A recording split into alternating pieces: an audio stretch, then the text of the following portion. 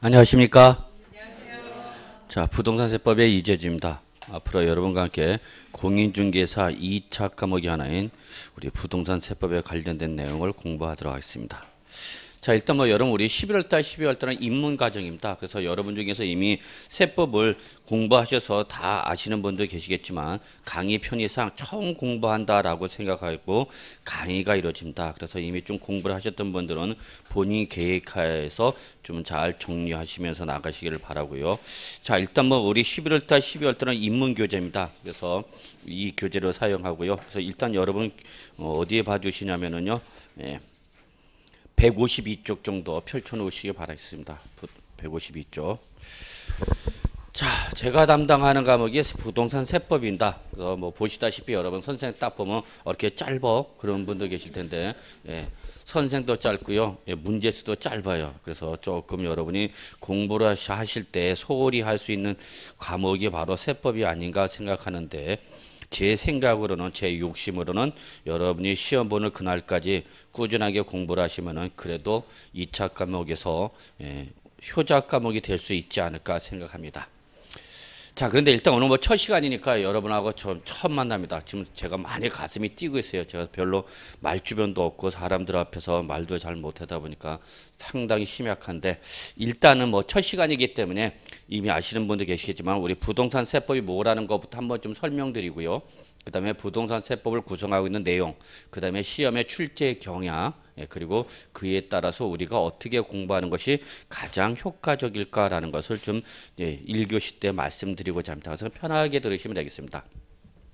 자, 부동산 세법입니다. 제가 담당하는 과목은요, 부동산 세법. 그래서 여러분 오전에 공시법을 배우셨고요. 그 다음에 이제 오후에 우리 세법을 들어가는데, 여러분 아시다시피 부동산 세법은 두 가지 용어가 합성된 겁니다. 두 가지 용어가 합성된 겁니다. 그래서 세법과 관련된 부동산이다라는 걸 잊지 마시고요. 그래서 여러분이 세법을 공부하시는데 세법 중에서도 가장 큰 중요한 제약 조건, 공인중개사의 주된 중개 목적물인 부동산과 관련된 내용을 배운다는 걸 잊지 마시기 바랍니다.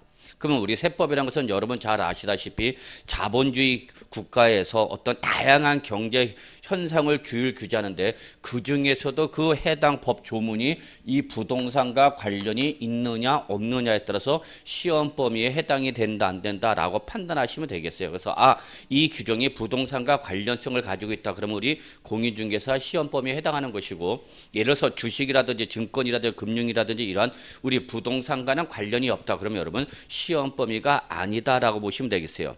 예를 들어서 우리 양도소득세, 여러분 상당히 많은 분들이 좀 어려워하는 부분 중에 하나입니다.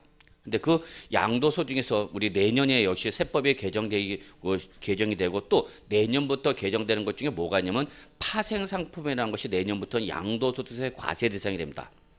들어보셨나요, 여러분? 파생상품? 모르시죠? 우리 관심이 없어. 우리는 다 부동산만 오로지 관심 갖고 있죠. 그죠? 그래서 파생상품이라는 것은 선물이라든지 옵션이라든지 수합 이런 것들을 말하는 겁니다. 그래서 어떤 주식 등 기초자산을 기본으로 해서 파생되는 여러 가지 상품을 말하는데, 그것이 내년부터 양도소득세 과세 대상으로 들어와요. 그래서 여러분 입문서 보시면 알겠지만 책에도 저쪽 뒤에 보면 올해 2015년도와는 달리 2016년도에는 파생상품이라는 하나의 상품이 과세 대상으로 들어와요. 그래서 개정이 되지만은 그 파생상품이라는 것은 성격상 우리 부동산과 관련이 있으니까 없으니까 법조문에는 양도소득세 과세 대상으로 명시가 되어 있다 하더라도 우리가 공부를 할 때는 파생상품 쪽은 볼 필요 있다 없다 그 얘기입니다. 무슨 말인지 아시겠죠? 그래서 우리는 세법 중에서 오로지 뭐와 관련된 거다, 여러분? 부동산과 관련된 것만 배우는 거예요. 그래서 부동산과 관련성이 있으면 시험 범위에 해당하는 것이고, 부동산과 관련성이 없으면은 시험 범위가 아니다라고 보시면 되겠습니다. 물론 살짝 법조문 같은 거 한번 이렇게 흩어만 보기는 할 텐데, 여러분이 어떤 신경 쓰거나 집중할 필요는 없는 부분이다는 얘기죠. 그래서 첫 번째 중요한 조건은 공인중개사의 중개 목적물인 부동산과 관련된 세법을 배운다라고 보시면 되겠습니다. 그럼 여러분이 아시다시피 세법이란 것은 뭐냐? 조세와 관련된 법률을 총칭해서 세법이라 하는 겁니다. 세 가지 법을 말하는 것이 아니라 조세와 관련된 법률을 바로 세법이라 한다 이렇게 보시면 되겠고요. 자, 여기까지 뭐 부동산 세법이란 정의다라고 말씀드릴 수 있겠어요. 자, 그럼 우리가 결국은 여러분이 여기 와 계신 것은 시험에 합격하기 위한 거니까 우리 부동산 세법은 어떤 내용을 배우는지 한번 좀 전체 흐름을 좀 잡아보겠습니다.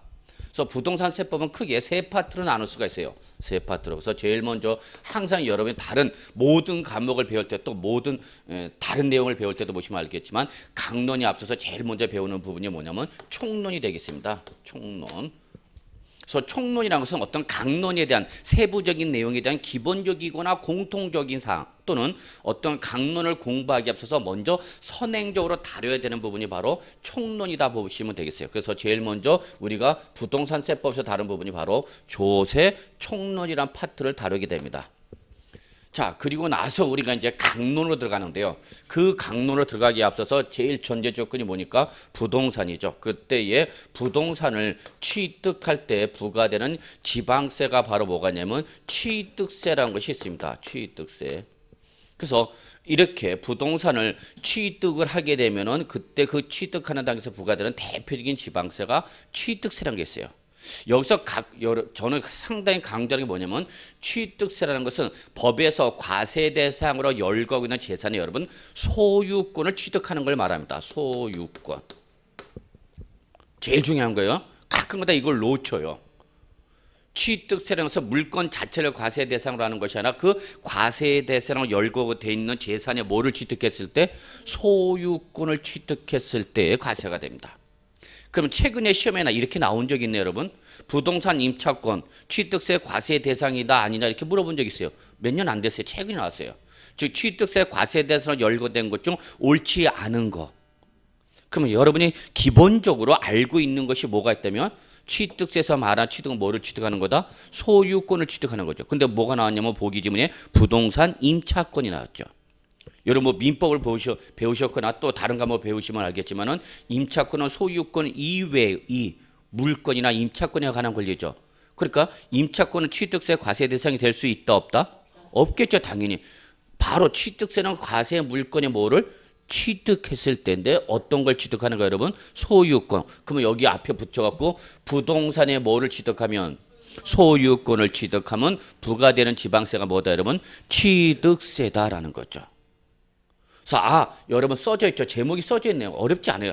제가 감히 말씀드리지만 법률 용어 중에서 여러 뭐 민법, 학계론, 또 우리 공법, 중개법, 공시법 여러 많은 법 과목을 공부하실 텐데 물론 부동산 학계는 법 과목이 아니지만 그 중에서도 법률 용어 중에서 그래도 여러분은 딱 보는 순간 가장 현실적으로 피부에 쉽게 와닿을 수 있는 것이 세법이 아닌가 합니다. 세법은 계속 용어 바꿉니다. 일반인이 봐도 들어도 알 수 있을 정도로 쉽게 표현하고자 하는 특성을 가지고 있어요. 그럼 여러분 취득세는 부동산을 뭐하는 단계에서 취득하는 단계에서 부과되는 조세를 말한다 이렇게 보시면 되는 거죠. 이런 것도 시험에 나왔어요. 어떻게 시험에 나왔냐면 다음 중 부동산을 취득하는 단계에서 부과되는 조세가 아닌 거 골라봐라. 부동산을 뭐 할 때 취득할 때 부과되는 것이 아닌 거. 그럼 예를 들어서 이렇게 나왔죠. 죄송합니다. 시험에 부동산을 처분하는 단계에서 부과되는 조세가 아닌 거. 부동산을 뭐 할 때 처분할 때 어떤 세금이 부과되느냐 그 처분하는 단계에서 부과되는 세금으로서 옳지 않은 거 틀린 거 잡아놓고 답을 뭘로 요구했느냐 취득세로 요구한 적도 있어요. 그러니까 시험 문제는 난이도가 쉬운 문제도 있고 어떤 부분도 있어 어려운 부분도 있는데 쉽게 나올 때는 기본적인 내용으로 맞추실 수 있어야죠. 그리고 이 취득세 이외에도 여러분 등록 면허세라는 것이 있습니다. 나중에 우리가 지방세에 가서 열심히 공부를 하겠지만은 요 취득세와 등록 면허세의 차이점이 있는데요. 요는 제목이 일단 보시는 것처럼 등록과 면허 요 두 가지가 합쳐진 겁니다. 그래서 이걸 뭐라 한다? 등록 면허세라는데 여기서 말하는 등록이라는 것은 일반적으로 우리 부동산과 관련된 거는 뭐를 말한다, 여러분? 등기를 말하는 겁니다. 우리 공시법 배우셨죠? 우리 공시법은 지적법부터 배우나요? 부동산 지적법부터 먼저 나가나요? 예. 그래서 나중에 여러분 공시법 등기부 구조를 배우실 텐데요. 등기부 중에서도 그 등기가 소유권에 관련된 등기일 때는 어디로 가는 거고? 취득세. 자, 제가 아파트를 하나 분양받았어요. 분양을 받는데 자금이 부족해서 은행에서 뭘 받았어? 대출을 받았죠. 돈이 부족하는가? 부모님이 아파트 사준대요, 안 사준대요? 사줄 것 같아요, 안 사줄 것 같아요? 결혼할 때 안 사줄 것 같아? 응? 그럼 본인이 사야 되네? 짜증나네. 자, 그러면 부동산을 취득할 때 자금이 부족해서 은행에서 뭘 받죠, 여러분? 대출을 받았어요.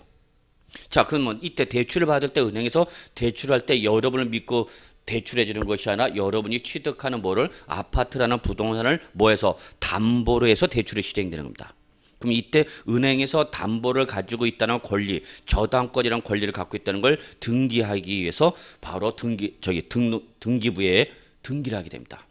그러면 그때 저당권이라는 권리는 소유권이니까 소유권이 아니니까 이때는 뭐로 가서 했냐면 등록 면허세로 가서 합니다. 자, 그러면 일단 간단히 봅시다. 취득세와 등록 면허세는 부동산을 뭐하는 단계에서 취득하는 단계에서 부과되는 건데 차이점은 뭐냐면 소유권에 관련된 등기는 어디로 가는 거고 취득세로 가는 것이고 소유권 이외의 각종 물건이나 기타 임차권에 관련된 등기를 할 때는 어디로 간다 여러분? 등록 면허세로 부과합니다.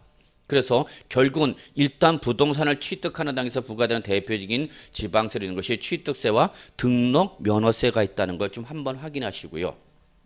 그 다음에 취득한 이후 목적에 따라서 보유라는 단계가 발생합니다. 이때 보유하는 단계에서 제일 먼저 부과되는 지방세가 뭐가 있냐면 재산세라는 것이 있습니다. 재산세. 알아두셔야 되겠네요. 저는 세금 중에서도 여러 가지 여러분 세금 있지만 그래도 들으면 기분 좋은 것 중에 하나가 바로 뭐냐? 재산세죠. 재산세. 재산세를 낸다고 해서 뭐가 있다는 얘기입니까 여러분? 재산이 있다는 얘기야. 재산. 그러니까 재산세는 아무나 내는 게 아니야. 그죠? 재산세를 낸다고 해서 뭐가 있다는 얘기야 여러분? 재산. 그럼 그 재산의 대표가 바로 뭐가 되는 거야 여러분? 부동산이 대표적인 재산이 되겠죠. 여러분이 이제 재테크할 때 그 재테크 대상 중에서 가장 기본이 되는 것이 부동산, 그다음에 금융자산, 그다음에 뭐 증권 이런 것이 있을 텐데 재산세를 낸다는 것은 부동산이라는 재산을 뭐하는 단계에서 보유하는 단계에서 부과된 대표적인 지방세가 재산세랍니다. 그리고 그냥 이름만 이름만 한번 들어보시기 바랍니다. 이거 말고 또 뭐가 있냐면 여러분 지역 자원 시설세라는 것이 있어요. 일단 이름부터 자체가 별로 기분이 좋진 않죠? 길죠? 지역 자원 시설세. 얘도 부동산을 뭐하는 단계에서 보유하는 단계에서 부과되는 지방세다 보시면 되겠고요. 여기까지가 우리 부동산과 관련된 지방세에 해당하는 부분입니다. 이 부분이 바로 두 번째 부분입니다.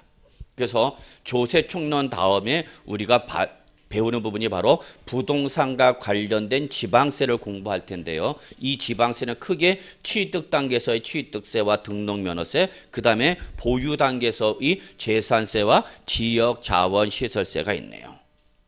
그리고 이거 말고도 지방세와 대응되는 게 우리 나중에 배우겠지만 국세가 있는데요. 국세 중에서도 보유하는 단계에서 부과되는 게 바로 뭐냐면 종합부동산세라는 것이 있습니다. 자, 일단은 여러분 오늘 오셨을 때 오늘 첫 번째 시간에서 여러분 꼭 기억해 두셔야 할 것이 부동산을 뭐하는 단계에서 보유하는 단계에서 부과되는 지방세와 국세 몇 가지가 있다? 세 가지가 있다. 요걸 기억해 두셔야 돼요. 그래서 이걸 어떻게 하냐면 재산세 할 때 재자, 지역자원시설세 할 때 지자, 종합부동산세 할 때 종자. 그래서 우리는 이걸 앞에서 뭐라 그러냐면 재지종 그럴 겁니다. 앞으로 이거는 여러분과 저와의 약속입니다. 이걸 재산세, 지역자원시설세, 종합부동산세를 다 말하기 힘드니까 그냥 어떻게 얘기하냐면 재지종 이렇게 기억하시기 바랍니다. 꼭 기억해 두셔야 되는 것 중에 하나입니다. 그래서 보유 단계에서 부과되는 지방세인 재산세, 지역 자원시설세, 보유 단계에서 그다음에 국세 쪽에서 부과하는 게 뭐 종합 부동산세다라는 거 잊지 마시고 그래서 우리를 앞으로 이거를 합쳐서 뭐라고 그러는데 여러분 재지종이라 한다 이렇게 좀 약속하도록 하죠.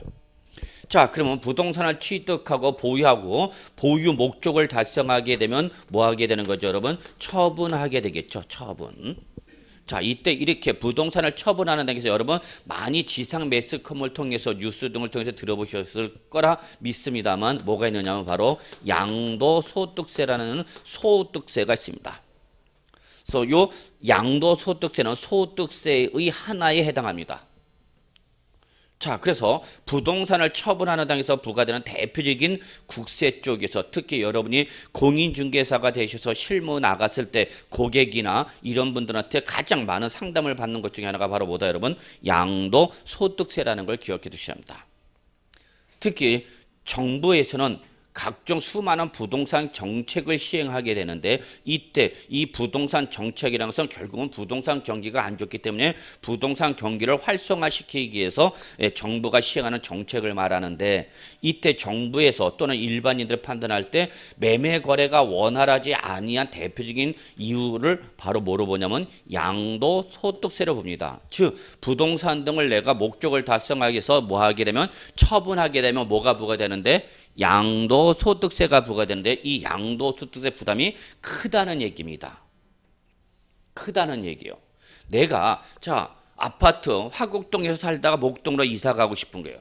그래서 화곡동에 있던 아파트를 처분하고 목동으로 이사 가는데 같은 자 화곡동에 35평짜리 아파트를 예를 들어서 7억 원에 양도했다. 그러면 그 양도로 인해서 발생한 소득에 대해서 부과되는 게 바로 뭐다 여러분? 양도소득세라는 얘기예요.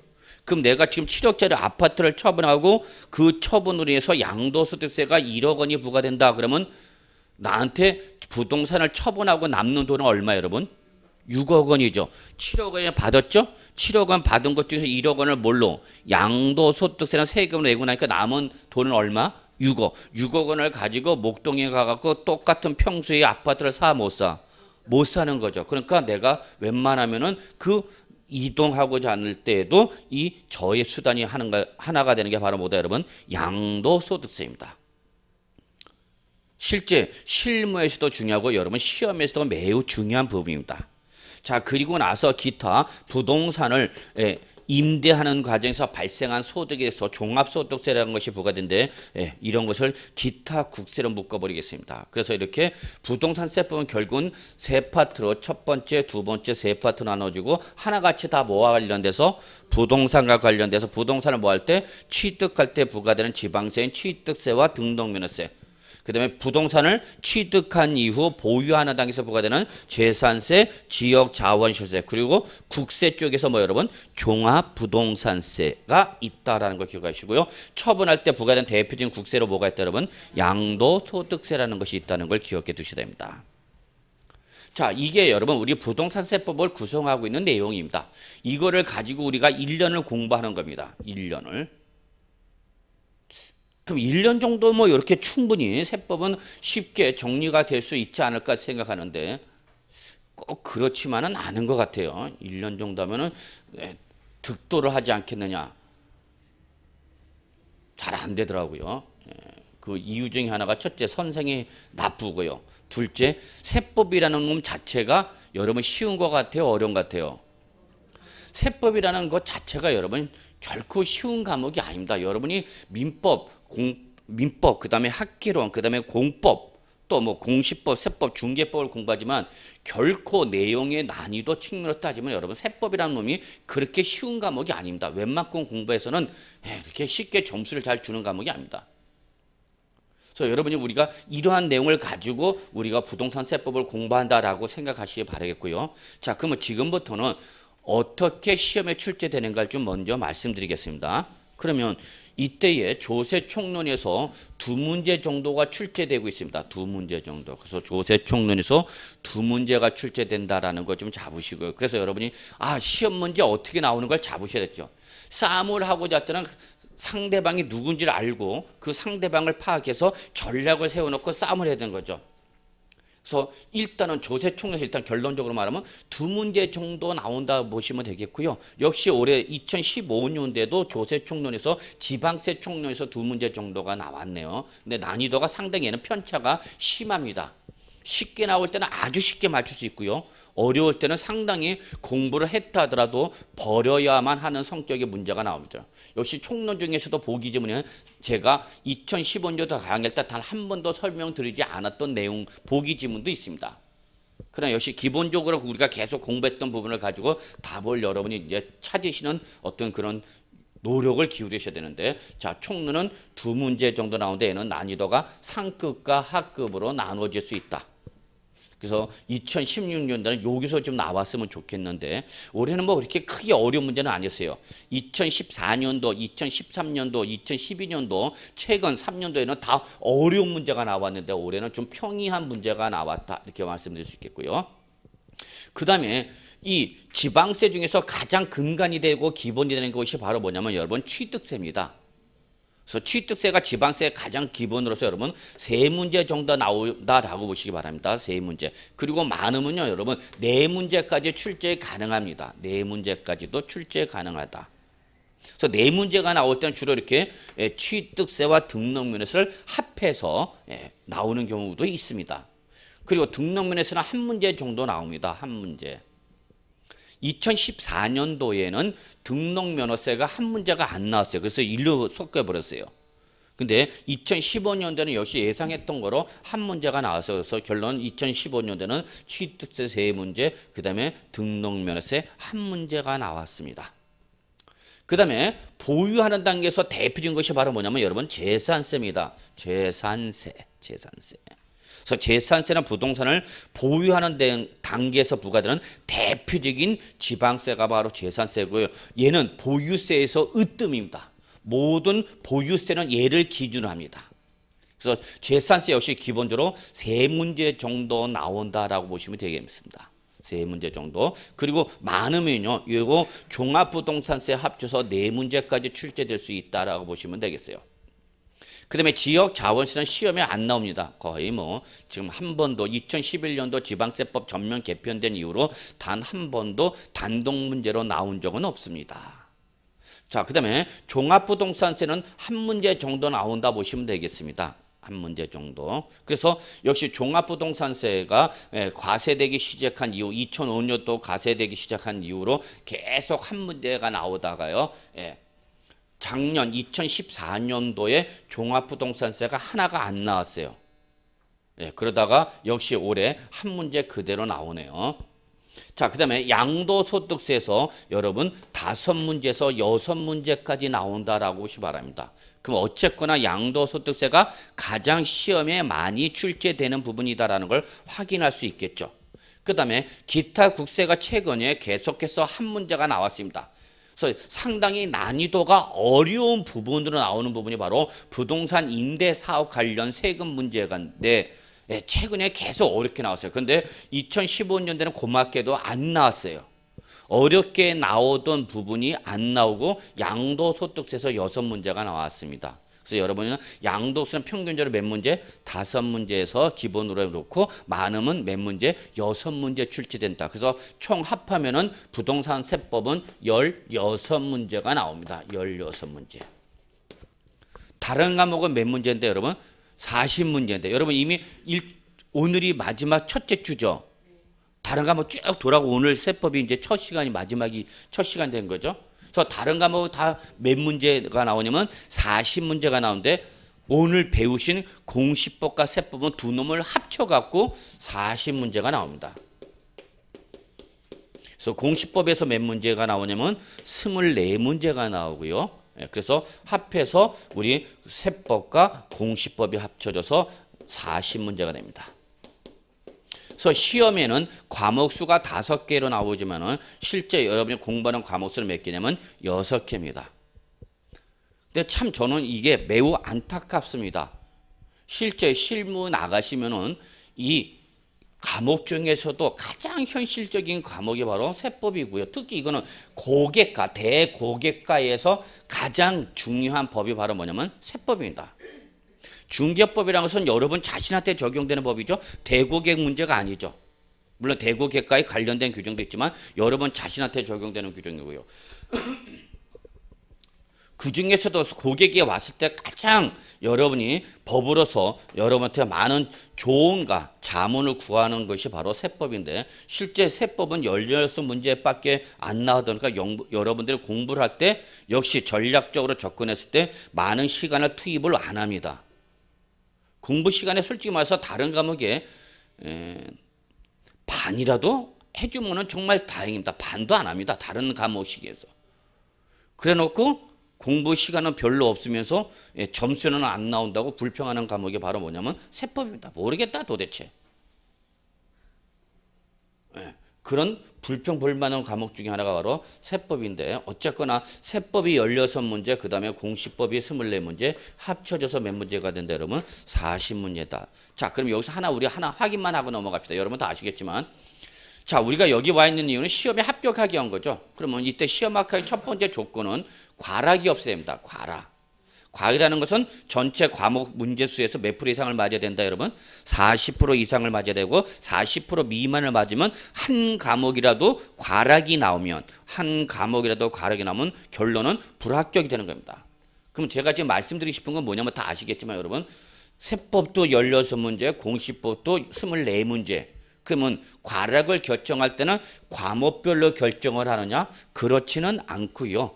합친 몇 문제? 40문제를 가지고 과락을 결정합니다. 그러니까 공시법, 세법 구분 이시 없이 전체 문제수로 해서 16문제 이상만 맞으시면 된다는 얘기죠. 그러면은 세법에서 몇 문제 맞으면 16문제 맞으시면 일단 뭐는 넘어갔다? 과락은 면한 거죠, 여러분. 그래서 여러분 첫 번째 조건 과락을 결정할 때는 공시법과 세법을 합침 총 40문제로 한다는 거. 그래서 여기서 제가 여러분한테 강조하고 싶은 것이 하나가 있는데 합격을 하기 위해서는 여러분 과락이 없어야 된다. 즉 모든 과목별로 최소한 몇 프로 이상을 맞아야 된다? 40% 이상을 맞아야 된다. 그러면 그 얘기는 뭐를 말하냐면 다른 말로 말하면 최소의 모든 과목에 최소 시간을 배분해야 된다 안 해야 된다? 해야 된다는 얘기입니다. 최소 40% 이상 맞을 수 있는 최소 시간의 배분은 해줘야 된다는 얘기죠. 근데 그게 안 되면은 한 과목이라도 가락이 나오면 1년이 넘어갑니다. 1년이. 공부를 해보시면 알겠지만 1년이 긴 것 같기도 하지만 여러분 1년이 상당히 짧습니다. 처음 공부하신 분은 뭐 1월달, 2월달, 3월달, 4월달까지는 제가 볼 때는 거의 무슨 소리인지 모르면서 그냥 넘어갑니다. 그리고 5월달부터 조금 이제 눈이 뜨이고 귀가 열리면서 보이기 시작하고 이해가 되기 시작하면서 이제 좀 정리 좀 해볼까 그랬더니 벌써 이제 문제풀이 넘어가고 이론도 아직 정리가 안 된 상태에서 문제 넘어가니까 계속 문제는 문제 나는 나 따로 놀다 보니까 이제 짜증나면서 어떤 생각이 들어? 올해 그냥 1차만 할까? 그런 생각 듭니다. 그래서 여기 지금 앉아 계신 분들이 계시지만 제가 볼 때는 여기 지금 오늘 이 순간 여기 앉아 계신 분 중에서 내년 10월 달까지 끝까지 앉아 계실 분이 몇 분인지는 저는 확인할 수가 없어요. 중간에 다 튀어요. 튑니다. 에이씨 올해 그냥 1차만 하자. 근데 그것도 안 된다. 그거라도 되면 참 다행이에요. 그거라도 되면. 그러니까 이것도 안 되고 저것도 안 되면 그냥 후딱 1년 가버리는 거죠, 여러분. 그래서 여러분 제가 지금 말씀드리고 싶은 거는 지금은 11월달, 12월달 무슨 계획을 세울 수는 없고 처음 공부하신 분은 왜 지금 아무것도 모르는 상태니까 뭐 장님이 문고리 잡듯이 그냥 있는 거니까요. 근데 한 11월달, 12월달 보시면서 과목별로 어느 정도 맛을 보시면은 내가 어떤 과목은 조금 자신감이 있고 어떤 과목은 좀 어려워요. 그러면 여러분이 그걸 가지고 일단 1월달부터 어떻게 공부할 건가를 여러분이 계획을 좀 세우시고 공부합니다. 여러분들 많은 분들이 계획 없이 공부합니다. 그냥 닥치는 대로 공부합니다. 그냥 그날 기분에 따라서 공부합니다. 오늘 세법인데 오전에 공시법 듣고 오후에 고민합니다. 이제 갈까? 맨날 그 고민이야. 세법 듣기 전에 그 고민합니다. 갈까 말까? 그 이제 오늘 끝나고 이제 또 고민하죠. 다음 주에 그냥 튈까 말까? 그 고민이야. 세법은 고민이야. 선생도 고민스럽고 정말 저렇게 좀 다리도 길고 시스펙에다가 노래도 잘 부르고 그러면 좀 들을만 하겠는데 이건 노래도 못해. 다리는 짧어. 배는 완팩이야. 그러니까 일단 여러분이 세법을 좋아하지 않는 이유 중에 하나가 바로 저 때문인 것 같아요. 근데 저는 이 자신감은 있습니다. 여러분이 합격을 위해서 최선의 노력을 다한다는 건 제가 감히 자부할 수 있습니다. 어떻게 하든 여러분들을 합격시키려는 마음은 정말 그 누구한테 뒤지지는 않습니다. 그래서 제가 어느 정도 단계가 왔을 때 공부가 합격할 수 있는 여러분이 이 정도 수준이 와야 되는데 그 수준에 못 올랐다라고 생각되면 막 야단도 치고요. 뭐 듣기 싫은 소리가 막 나갑니다. 그럼 여러분도 학원에 와서 내가 너한테 듣기 싫은 소리 들으러 내가 돈 내고 여기서 이 짓 하냐? 하고 또 많은 반감을 가지신 분도 계신데 그거는 조금 이해해 주시기 바랍니다. 제가 봤을 때 합격하기 전 이 정도까지 올라와야 되는데 그게 안 올라왔기 때문에 여러분을 재촉하고 자꾸 채근거리면서 어떤 자극을 주기 위해서 한 거죠. 제가 여러분보다 뭐 잘났다 나 잘났다 그렇게 해서 여러분한테 말씀드린 건 아닐까요? 아 우리 선생이 내가 공부가 좀 부족한 것 같아서 야단을 좀 쳤구나 그렇게 좀 좋게 좀 생각하시기 바랍니다. 모든 걸 좀 좋게 생각하고 좋게 보시면 다 좋은데 자꾸 이렇게 이상하게 보는 분들은 모든 게 다 이상해지죠. 결론도 이상해져요. 그래서 아 저 선생은 조금 성격이 까칠하고 학생들이 공부를 안 하면 뭐라고 자꾸 야단 넣죠. 그러니까 오늘 공부 안 했으니까 다음 주에는 역시 나가지 말아야지. 이제 그렇게 돼요. 여기 있으면 맨날 어떤 생각만 드느냐? 집에 갈까? 1교시 끝나고 또 이제 지금 고민합니다. 끝나고 갈까? 그럼 어쩔 수 없어요. 근데 세법을 버리시는 분 치고 합격하는 분은 전화가 별로 본 적이 없습니다. 세법을 끝까지 붙잡고 간다는 것은 다른 과목도 쫓아오고 있다는 얘기입니다. 다른 과목이 공부가 안 되는 세법 올 수는 없어요, 여러분. 그래서 대부분 합격자 모임에 가면 세법 시간에 끝까지 버티고 있던 사람들이 거의 나옵니다. 왜? 다른 과목이 어느 정도 되고 있으니까 세법도 끌고 갔다는 얘기죠. 근데 세법을 버렸다는 것은 결론은 다른 과목 못했다는 얘기고 다른 과목 못했으니까 결국은 합격이 안 되는 거고 그런 거죠. 이게 여러분 시험은 정말 이분법입니다. 합격이야 불합격이야 딱 그 결과로만 얘기해요. 아 정말 저분 열심히 공부하시고 꼭 합격하실 것 같은데 근데 또 불행의 결과가 나오는 경우도 있어요. 그건 어쩔 수가 없어요. 시험이란 거는 꼭 내 맘대로만 되는 게 아니에요. 저도 이 공부라는 짓을 이 시험 생활을 7년을 했는데 7장을 먹었습니다. 수험표를 7장. 어떤 분은 저보고 공인중개사 7년 공부했냐고 물어보시는데 공인중개사를 말하는 것은 아니고요. 하여튼 제 나름대로 은행을 다니다가 그만두고 퇴직하고 나서 공부를 해야 되겠다 해갖고 7년을 하는데 7년 하다 보니까 제가 합격하시는 분의 마음보다는 안 되시는 분의 마음을 제가 너무나 잘 압니다. 제가 왜 안 됐기 때문에. 안 됐기 때문에 저는 안 되는 분들을 그 마음을 누구보다 압니다. 솔직히 말해갖고. 그래서 어떤 카페도 보면 이렇게 뭐 합격했습니다. 교수님 고맙습니다. 막 글 올라요. 근데 그래도 가끔가다 그 와중에 안 되신 분이 죄송합니다. 올해 공부가 부족했는지 안 됐습니다. 저는 그 글이 너무나 마음이 안타깝습니다. 그래도 잊지 않고 와갖고 고맙다면서 저 교수님의 노력에 비해서 제가 공부를 부족한 것 같습니다. 올해는 안 됐지만 내년 열심히 하겠습니다. 그러면 정말 마음이 아파. 그럼 그분한테는 제가 막 개별적으로 어떻게든지 연락해갖고 조금이라도 도움이 되고자 뭐 좀 발악도 하고 그러는데 그래서 저는 좀 여러분 시험에 공부하신다면 반드시 합격하시길 바라고요. 그러기 위해서는 절대 그냥 합격은 안 됩니다. 합격하신 분들 다 공부 열심히 하신 분들입니다. 공부 안 하고 합격하는 분 없습니다. 그래서 여러분 좀 우리 공인중개사 공부하러 오셨는데 저는 마지막으로 요거 하나 좀 말씀드리고 싶습니다. 여러분 공인중개사는 부동산 전문가입니다. 국가가 공인하는 부동산 전문가입니다. 전문가라는 것은 여러분 아시다시피 전문적 지식을 습득한 사람을 말합니다. 전문적 지식. 그러니까 여러분 공인중개사나 부동산 전문가가 되고자 오셨기 때문에 여러분이 공부하는 모든 내용은 다 전문적 지식입니다. 다 법입니다. 학교는 빼고도. 그러니까 내용이 쉬워 어려워요? 어려워요. 일반인이 모르기 때문에 여러분이 공부해서 일반인을 여러분이 이끌어 주겠다는 얘기입니다. 그러니까 여러분 공부하는 내용이 다 법 과목에서 다 내용이 어려울 수밖에 없어요. 여러분.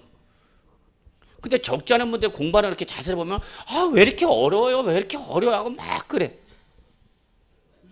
그러면 저는 그분이 싫어요. 하지 말아야 돼. 왜 해? 그러면은.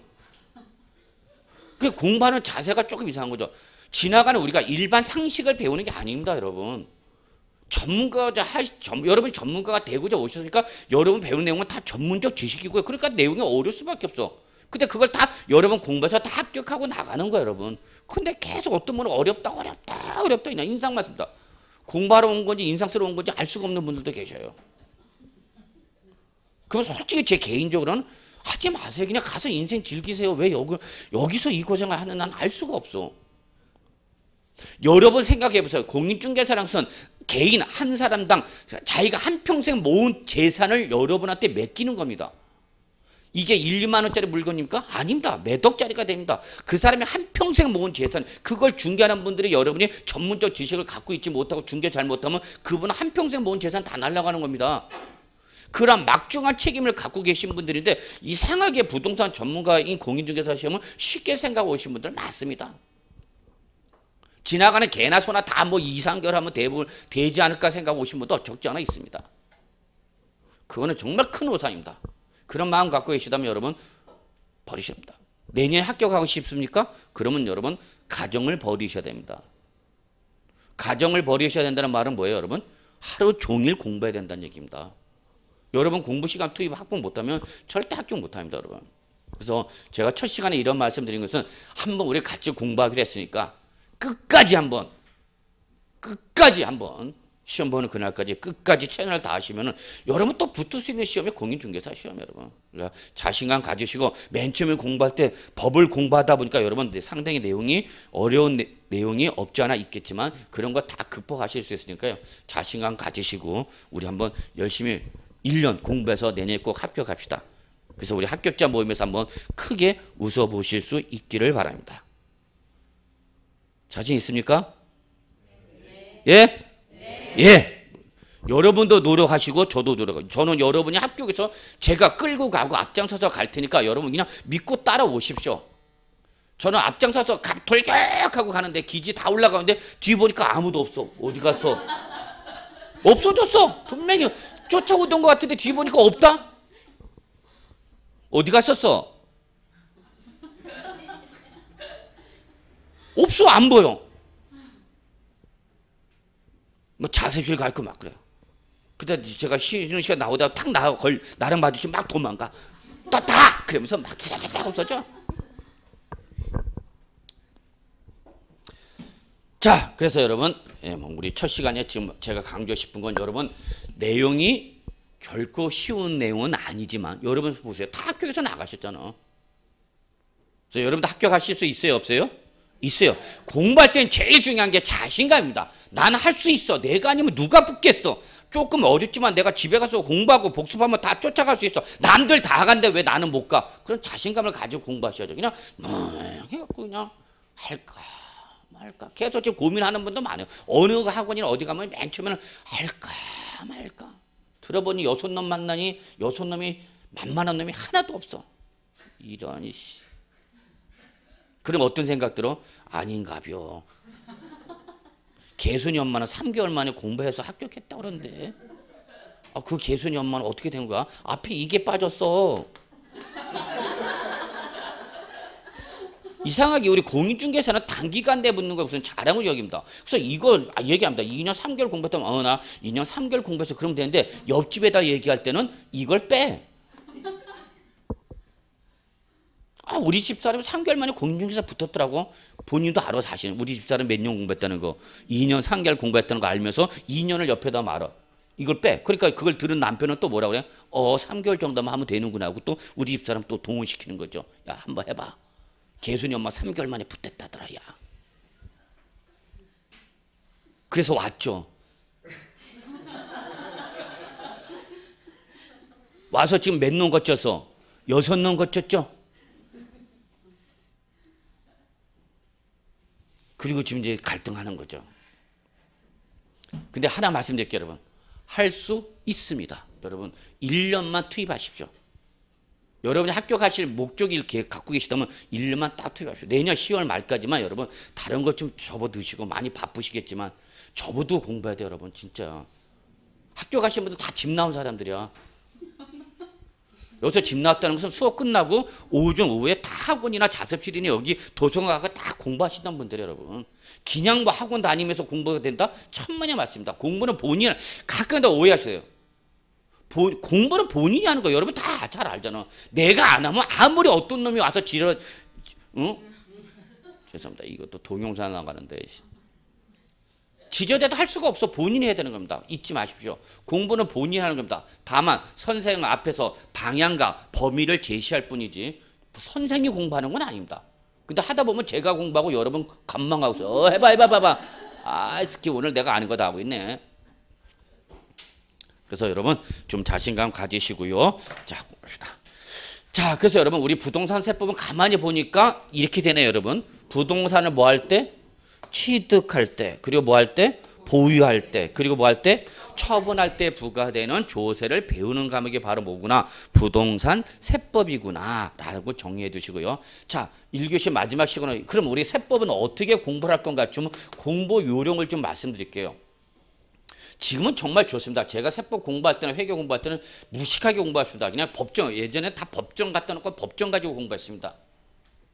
그냥 법정을 달달 그냥 무슨 소리도 모르고 외웠는데 지금은 뭐 워낙 뭐 교재도 좋고 여러분 다 공부하기 좋게끔 나오고 있죠. 동영상이라는 것이어서 또 복습도 하죠. 내가 또 오늘 1교시 50분 중에서 30분을 졸았어도 괜찮아. 그죠? 50분 중에서 몇 분 졸았다고? 30분 졸았어. 끝날 때만 정신이 약간 들어왔어 이제. 그래도 30분 놓친 거 동영상으로 다시 볼 수 있죠. 자, 여러분 세법을 공부할 때는 제일 먼저 여러분 부동산의 경제 활동을 꼭 좀 이해해 주시 바라겠습니다. 여기서 말하는 부동산의 경제 활동은 뭐를 말하냐? 결국 우리 부동산을 취득하고 보유하고 처분한 이러한 경제 행위에 관련돼서 부과되기 때문에 여러분이 공인중개사가 되셔서 부동산의 매매를 중개했을 때냐, 부동산의 임대차를 중개했을 때냐, 이때에 부과되는 것이 뭐냐? 이러한 어떤 부동산의 경제 활동에 따라서 부과되는 조세의 흐름을 이해해야 됩니다. 실제 여러분이 오늘 당장 들으셨던 취득, 보유, 처분한 이런 것도 시험에 가끔가다 나옵니다. 그냥 서비스 차원에서 조세 총론에서 나오기도 합니다. 부동산을 처분할 때 부과되는 것이 아닌 게 뭐냐? 부동산을 취득할 때와 보유할 때만 부과되는 게 뭐냐? 이런 식도 나왔네요. 작년 2014년에 이런 문제가 나왔습니다. 부동산을 취득할 때와 보유할 때만 발생하는 게 뭐냐? 이런 식으로 나온다는 얘기예요. 그래서 결론은 여러분이 공인중개사가 되셨을 때에 고객을 상담했을 때 내가 얼마만큼 부동산 세법에 관한 지식을 갖춰놓고 고객을 상담할 것이냐 또 생각해 보셔야 되는 거죠. 그래서 제일 먼저 우리 부동산 세법을 공부할 때는 가능하면 부동산의 경제 활동에 관련된 취득이냐 보유냐 처분이냐 이 단계를 먼저 구분하시면서 이 단계별로 부과되는 세금이 어떤 게 있다라는 걸 여러분이 고객한테 설명할 수 있어야 됩니다. 여러분한테 부동산 세법을 물어보는 이유는 딱 하나입니다. 여러분은 여러분한테 공인회계사나 세무사처럼 세무 전문가로서의 세법을 물어보는 게 아닙니다. 그러면 곡소리 납니다. 회계나 세무 전문가 되고자 하는 젊은 친구들 최소 3년, 4년, 3년 만에 붙으면 정말 빨리 붙는 겁니다. 평균으로 4년, 5년 공부합니다. 저같이 7년이 돼도 안 되는 사람도 있고요.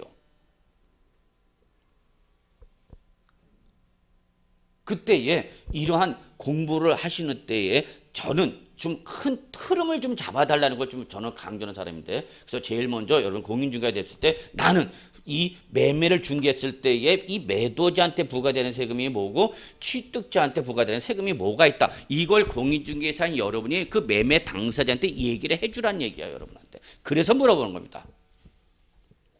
그래서 제일 먼저 여러분 공부할 때는 부동산 경제 활동과 관련된 이 조세의 흐름을 좀 이해해 두시고요. 그 다음에 두 번째, 우리가 이제 앞으로 이러한 취득세, 재산세, 양도세, 우리 부동산 세법에서 여기에 3대 조세입니다. 저는 일단은 뭐 여러분 공부할 때 부담이 스럽다면 제일 먼저 요 세 가지만이라도 먼저 잡아놓자. 그러면 11문제에서 12문제가 11문제 정도가 이 세 가지로 끝납니다. 자, 부동산 세법의 3대 조세는 취득 단계에서 뭐 여러분? 취득세, 보유 단계에서 뭐? 재산세, 처분 단계에서 뭐 여러분? 이 세 놈이 메인입니다. 메인. 얘들이 대장이야. 그러면 우리 전쟁에서 싸움 낼 때 대장을 먼저 잡아야 될 거 아니야. 그래서 여러분 주요 타겟부터 먼저 잡는 것도 하나의 공부 요령이다라는 걸 말씀드릴게요. 그래서 이런 개별 세법을 공부하는데 개별 세법을 공부할 때 여러분 취득세, 재산세, 양도소득세 이런 개별 세법 공부 때 구조가 똑같아요, 여러분. 제일 먼저 세법은 총론부터 출발합니다. 모든 강론은 총론이 제일 먼저 출발했죠. 의, 정의, 성격 이런 거 배우고요. 그 다음에 세법도 법률 행위이기 때문에 당사자가 나오죠. 과세권자와 납세무자. 이 특정한 조세의 과세권자는 누구고 납세무자는 누구냐? 세법의 당사자는 두 사람입니다. 역시 여러분이 아시다시피 부동산의 매매 당사자는 누굽니까? 매매 당사자는 누가 여러분? 매도자와 매수자. 자, 임대차 당사자는 누굽니까? 임대인과 임차입니다. 그런 것처럼 세법도 법이기 때문에 법률 행위에서 무슨 관계가 있다 여러분? 당사자 관계가 있습니다. 당사자. 결론. 세법의 당사자는 두 사람입니다. 누구가 누굽니까? 과세권자와 납세무자입니다. 그러면 여러분은 과세권자입니까? 납세무자입니까? 납세무자입니다. 자, 제가 여러분 여기서 솔직히 말씀드릴게요. 여러분 중에서 세금을 나는 많이 내고 싶어. 그런 분 있으면 살짝만 표시만 좀 보내주시면 제가 그분하고 친하게 지내겠습니다. 나 세금 많이 내고 싶어. 그런 분. 저는요, 저희가 도덕적, 윤리적으로 잘못됐는지 모르지만 저는 어떻게 하든지 세금을 적게 내고 싶어 합니다. 그래서 올해도 역시 변함없이 소득세를 환급 받았습니다. 어떻게 하든지. 왜? 소득 자체가 별로 없었기 때문에. 민계공을 했으면 소득세를 내야 되는데 세법이다 보니까 소득이 없어요. 그래서 소득세를 환급받아요. 그래서 결론, 납세무자는 여러분이나 저나 세부담을 어떻게 하고자 한다 여러분? 회피하고자 합니다. 꼭 알아두십시오 여러분. 이게 회피하고자 하는 것이 도덕적 윤리적으로 나쁜 것이 아니라 속성상 그렇다는 얘기야. 가능하면 세금을 많이 내고자 한다, 적게 내고자 한다. 적게 내고자. 그러면 과세관청 입장에서는 이거를 해결해 못하게 못하겠죠. 그렇죠 여러분. 이게 세법입니다. 저는 감히 말씀드리지만 여러분이 수많은 민법, 공법, 뭐 엄청난 법을 배우시지만 그 법 중에서도 가장 저는 재미있다, 스릴 있다, 흥미가 있다. 그 법은 세법입니다. 그 이유는 세법은 쫓고 쫓기는 관계가 존재합니다.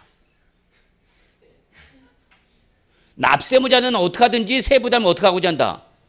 줄이고자 한다. 그러면 과세관청을 그걸 하게 한다, 못하게 한다? 못하게 하죠. 그래서 여러분 세법 공부하다 보면 왜 이런 조문이 있는가를 여러분이 한 번 정도 이해하셔야 돼요. 왜 사람이 이렇게 복잡한 규정을 만들어 놓고 사람을 돌아버리게 만드냐? 시험에 잘 나오는데 내용은 어려워. 이게 바로 세법입니다. 잊지 마시기 바랍니다. 그래서 시험에도 나왔어 올해도. 지방세 쪽에서 지방세는 지방세 종류마다 과세권자도 하는데 이때 그 특정한 과세권자가 누구냐? 이런 문제 나오는 거죠.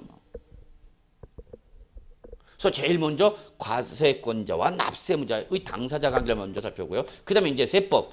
세법의 첫 번째 의사결정은 이겁니다. 여러분. 뭐다? 과세 여부. 제일 먼저 여러분이 관심을 가져야 되는 것이 뭡니까? 과세. 그래 이거 과세 되는가 안 되는가? 세금 내야 되는가 안 내야 되는가? 이게 제일 먼저 첫 번째 의사결정이죠.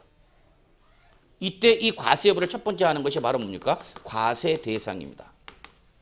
이게 법에서 과세 대상으로 열거되어 있냐 되어 있잖아요.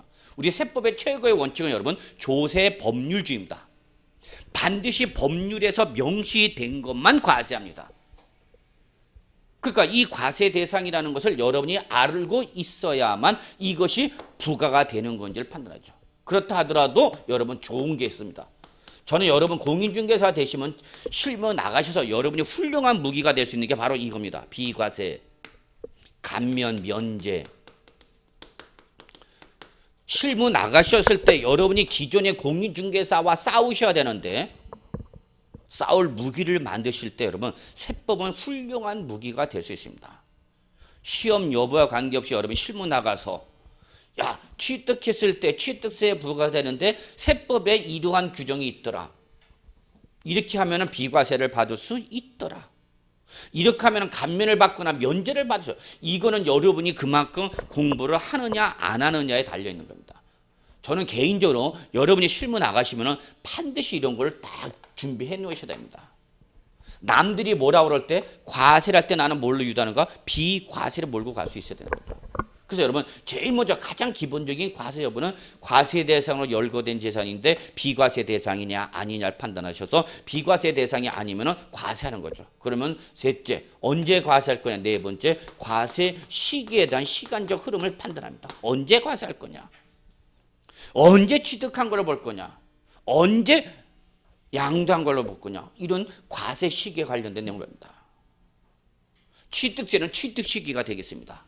재산세는 보유세는 과세의 기준이 됩니다.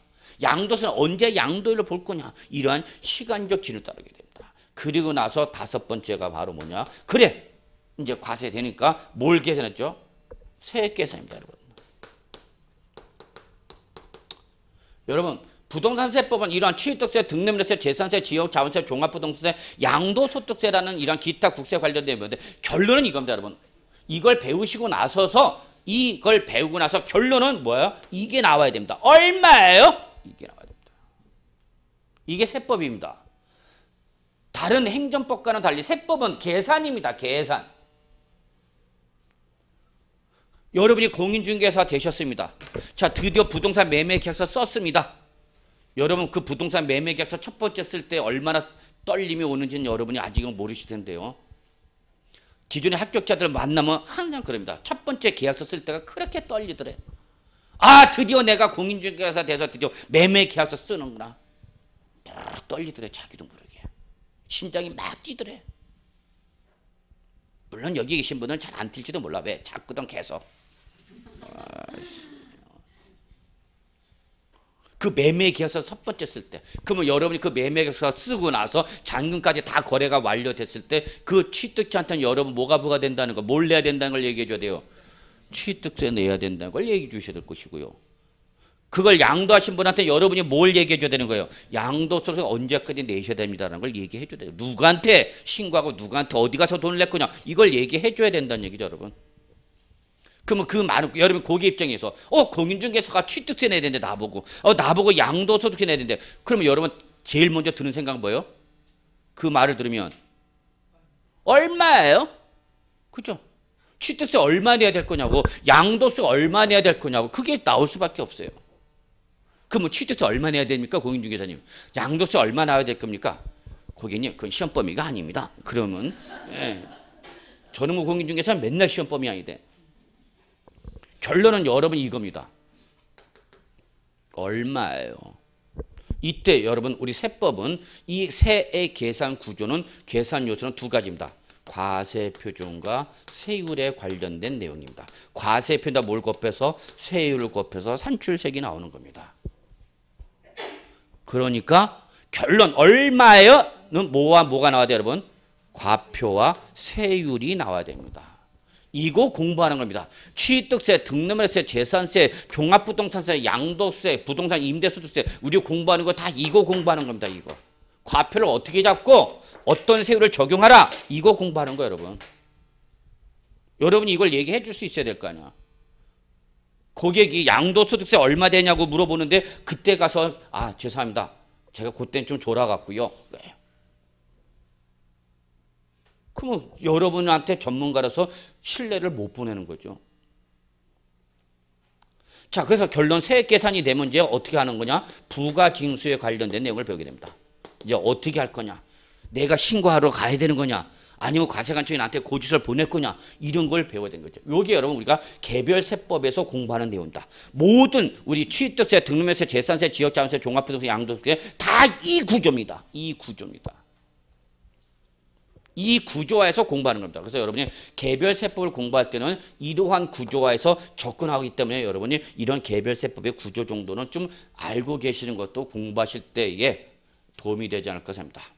마지막으로 여러분이 공부를 할 때 결론, 출제연은 여러분한테 이걸 다 통째로 물어보냐? 그렇지 않습니다. 객관식의 문제를 아셔야 됩니다. 객관식의 문제 특성은 뭘 잡습니까? 여러분, 키워드를 가지고 잡습니다. 여러분이 법을 배우실 때에 그 법조문에서 뭐를 구분을 못하면, 키워드를 구분 못하면 여러분 상당히 어려워집니다. 결국은 출제는 뭘 갖고 장난치냐? 키워드를 가지고 장난칩니다. 그 법조문에서 뭐가 키워드인지를 여러분이 꼭 잡으셔야 됩니다. 그래서 제가 여러분한테 강의를 하면서 자꾸 밑줄 쳐달라, 동그라미 쳐달라, 별표 하나부터 별표 3개까지 표시해달라 이렇게 요구할 겁니다. 이게 바로 뭐다고 여러분? 키워드랍니다. 출제에 장난칠 수 있는 부분입니다. 그래서 이런 걸 자꾸 요구합니다. 그래서 제 수업 시간에는 가능하면 좀 형광펜 좀 갖고 다니셔서요, 여러분. 좀 제가 강조하는 키워드 나오면 좀 시뻘겋게 좀 표시도 좀 해주시고요. 밑줄도 쳐주시고, 동그라미도 쳐주시고, 별표도 막 팍팍팍 때려놔야 돼. 시각적으로 중요한 부분이 확 눈에 띄어야 됩니다. 어떤 분은 샤프 하나, 볼펜 하나, 오로지 그거를 전 과목을 1년 내내 버텨. 난 정말 개인적으로 형광펜 사다 주고 싶어. 그러니까 본인이 필기해놓고 본인이 이게 중요한 건지 중요하지 않은 건지를 딱 보는 순간 알아 몰라? 몰라요. 그러면 여러분이 결국 시험은 여러분 막판에 마지막 정리를 하느냐 못하느냐에 따라 달려있다. 1월부터 8월 말까지 열심히 공부해도 10월달, 9월달 마무리 못하면 여러분 힘들어집니다. 그 마무리할 때, 속독을 할 때에 이렇게 표시가 되는 거는 순간적으로 팍팍팍 치고 나갈 수 있습니다. 그래서 제 수업 시간에 좀 형광펜 좀 준비해 주셔서 제가 강조하는 키워드 잘 잡으시고요. 출전의 결국은 키워드 갖고 장난칠 테니까. 예, 그래서 여러분 세법은 이런 식으로 공부하시면은 충분히 16문제에서 제가 목표는 13개를 목표로 합니다. 나름대로 올해 선방했다라고 합니다. 2015년도 상당히 평이하게 예전에 작년, 재작년 가장 어렵게 나왔던 부분들이 각 세목에서 다 빠졌어요. 재산세에서 제일 어려웠던 부분 안 나왔죠. 양도소득세에서 제일 어려웠던 부분 안 나왔죠. 기타 국세에서 부동산 임대소득세 어려운 부분 안 나왔죠. 그래서 가장 어려웠던 부분이 안 나오다 보니까 올해 문제가 조금 평이하다. 뭐 세법뿐만 아니라 다른 과목도 조금 평이했다라고 하는 근거가 어렵게 나오는 부분이 안 나왔기 때문에 조금 그런 말합니다. 그러나 어려운 부분이 안 나왔더라도 기본적으로 공부가 안 됐으면 맞출 수는 없다는 겁니다. 그래서 세법은 앞으로 이런 흐름화에서 강의를 합니다. 이런 식으로 강의가 나가면서 각각 개별 세법을 공부할 때는 이러한 구조화에서 접근할 것이고 각 개별 조문을 공부할 때는 제가 강조하는 부분을 잘 체킹해 두셨다가 집에 가서 꼭 좀 복습해 주시길 부탁드리면서 자 그래서 뭐 1교시 뭐 여러분하고 첫 만남 가져갔고요. 뭐 두서 없이냐 뭐 얘기를 했습니다만 앞으로 이런 강의가 이루어지겠다는 걸 말씀드리고요. 그래서 일단 뭐 1교시는 요 정도로 해서 여러분 오리엔테이션 성격으로 이런 겁니다라는 거 말씀드리고 2교시 때부터 좀 들어가도록 하겠습니다. 1교시 여기서 마무리하겠습니다. 수고하셨습니다.